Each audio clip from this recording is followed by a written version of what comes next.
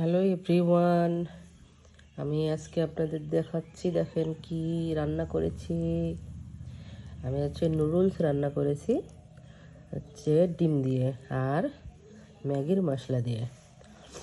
এই যে ল্যাপটো ল্যাপটো যে নুডলস, এইটা আমি আমার বাবুদেরকে খাওয়াবো। ওরা খেতে খুব পছন্দ করে, তো এই নুডলসটা আমি এখন ওদের খাওয়াবো। এর ভিতরে 2টা ডিম দিয়েছি আর 1 প্যাকেট হচ্ছে কোকোলা নুডলস আর 1 প্যাকেট হচ্ছে ম্যাগির মশলা।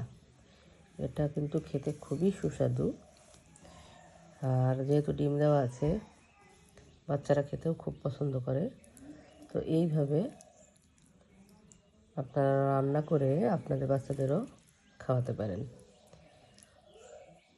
Thanks for watching.